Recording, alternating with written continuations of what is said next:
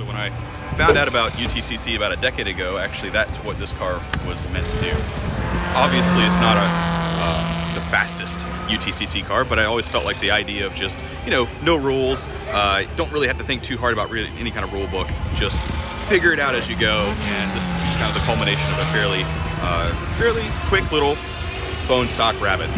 So this is a 91 GTI. I think it started life as an 8-valve.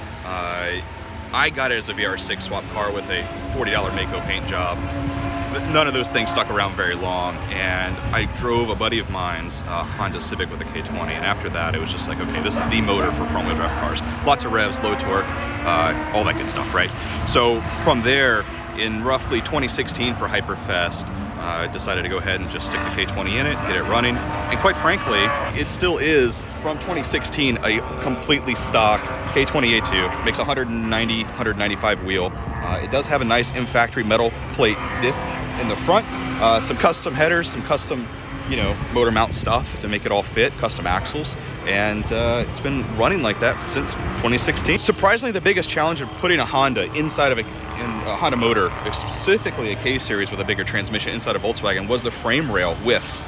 So in this car, you'll see that I've actually cut the frame rails out, and that was just to get the motor as close to that firewall as possible. Now this car actually has the firewall moved back about another 8 inches, and the driving positions and consequently another 8 to 12 inches behind that, just to kind of move more weight towards the back of the car.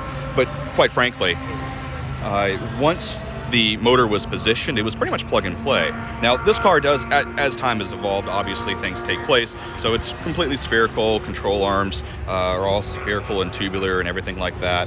It's running some BCs up front just because they happen to be super adjustable and I can kind of play with, you know, all my various different settings. Another thing that we've got is obviously kind of a tube front end that gives me placement of where the suspension points, you know, and there's a little bit of engineering involved, but quite frankly it was like max caster, right? Max caster, max camber, that's how you make a front wheel drive car faster, and that's what we did here. Driving this car specifically, it's like a very loose Civic. So if you don't know anything about Volkswagen chassis, I mean, obviously there's like E production or H production. Volkswagens have been raced forever, but quite frankly, it's a McPherson front, so it's super simple, not double wishbone like a Civic, and in the rear, it's just a torsion beam. It's literally about as simple of a suspension driveline combo that you can get, and it does some weird stuff that you can't really tune out very easily because of the torsion beam aspect. But luckily for me, there's been probably 30 or 40 years of race know-how out there. So you ask the right people and you get some advice and you kind of go from there. So obviously thanks to my wife and kid for supporting me through this. Thanks to Justin, who's sitting over here supporting me this weekend and just being sure the car's operational and stays running the whole weekend.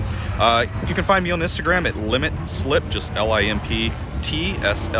My brother and I share that as kind of a social media outlet. My personal social media is my last name, Inskip, INSKEEP, and then WP, also on Instagram.